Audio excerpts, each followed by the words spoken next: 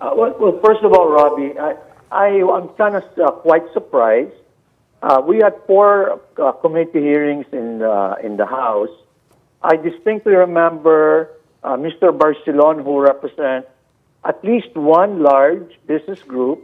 They were in favor of charter change for economic provisions. In fact, many of the groups who came to the House were mostly in favor. So this is a new information, at least for me.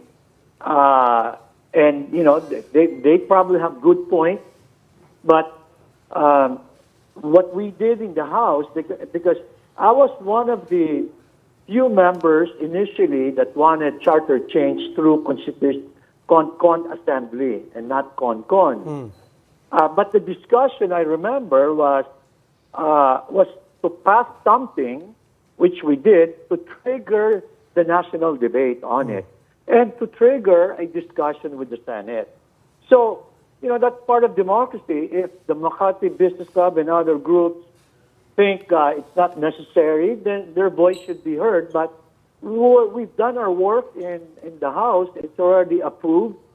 And really, that information, Robbie, will be very germane to the Senate debate and committee hearings and debate. Okay, then let's get, sir, to some of the specific points. They're saying, for example, Public Service Act, you passed it. Now let's see how it works, how it benefits, give it some momentum. They're saying, the business groups have long been saying also that sa totoo lang, the biggest concern for investors are corruption, transparency, also ease of doing business. And they're saying we don't need to change the Constitution for all of these things. And most importantly, they're now also saying if we go to a constitutional convention or cha-cha, this will take some time. So everything that we are trying to do loses momentum. Everything stops in its tracks because foreign investors will take a wait-and-see attitude on what happens to the Constitution. What do you say to that?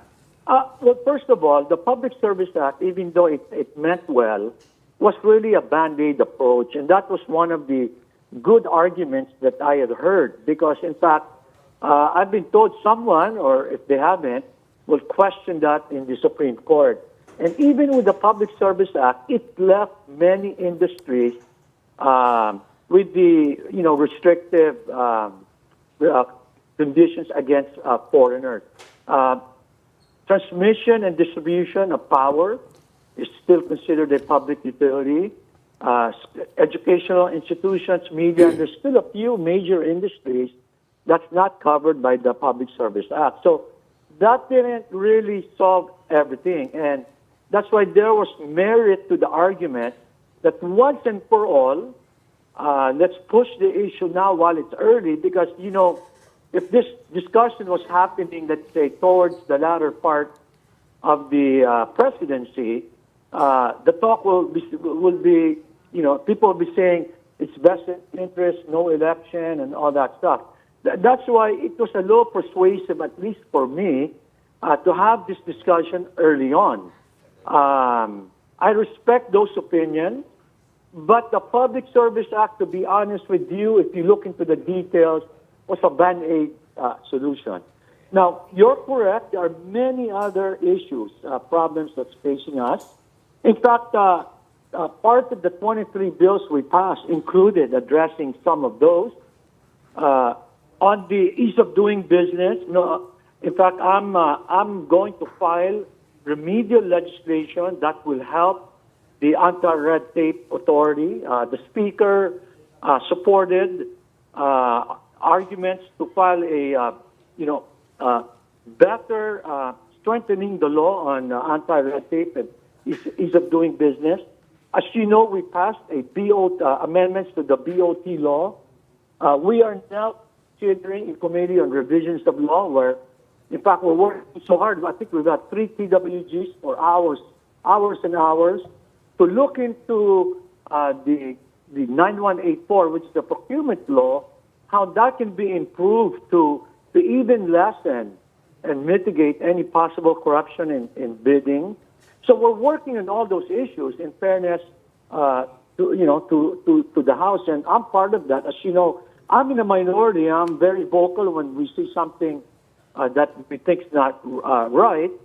I encourage the debate. I mean, I appreciate the business group saying it now. I wish they went to the committee and if we heard those arguments, maybe we wouldn't have passed the Con bill. But it's now passed. It's now water under the bridge. That discussion will now be focused in the Senate. Okay, time and time again, we see proposals to amend the Constitution in past administrations. Why do you think it's the perfect time to do that now, as we are recovering from the pandemic? And taking a look at the history of charter change, it has been received well at the lower house. How do you think it will do this time at the Senate?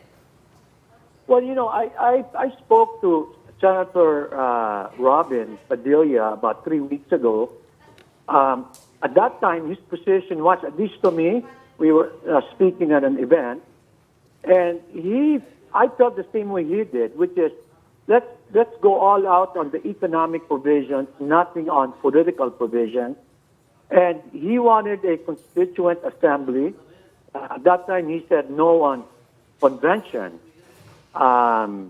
So I think there's a possibility that if it's a constituent assembly, which is definitely, I agree, much cheaper, it will be faster, and it will be more transparent in the sense that whatever the House and the Senate will vote on will be crystal clear, whereas in a convention, you don't know where they're going to go.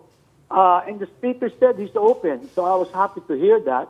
And that's what I was really hoping, or that there will be debates on this early on, because, as I said, Gretchen, there's never a perfect time. If we were discussing this towards, closer to an election time, people will be saying, politika na lang yan, extend yung term, no election. So this is, I think, a good time to talk details, to talk on merit. And, I'm glad this show is tackling that because it's a very important issue for all of us. Sir, just one last question. What's with the confusion on the preferred modality of the House of Representatives? Just yesterday, Congressman Richard Gomez was saying that they were now on the same page as Senator Robin Hood Padilla for Chacha, and now the Speaker himself denying that and saying, no, we'll stick with our guns on Con.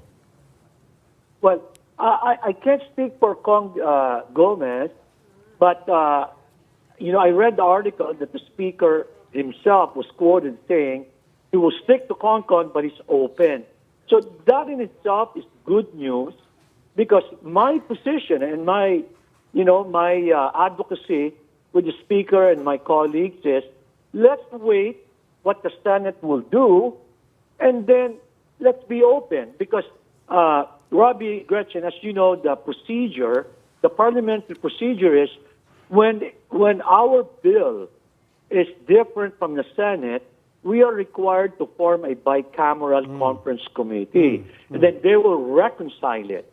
So that it's good news to hear that the Speaker's open, because I personally, even though I voted yes for a Con, because I wanted to trigger that national debate and I didn't want to vote no and be misinterpreted, I'm glad that the Speaker's open, because I really think the better way is the Con assembly and focus on the economic provisions.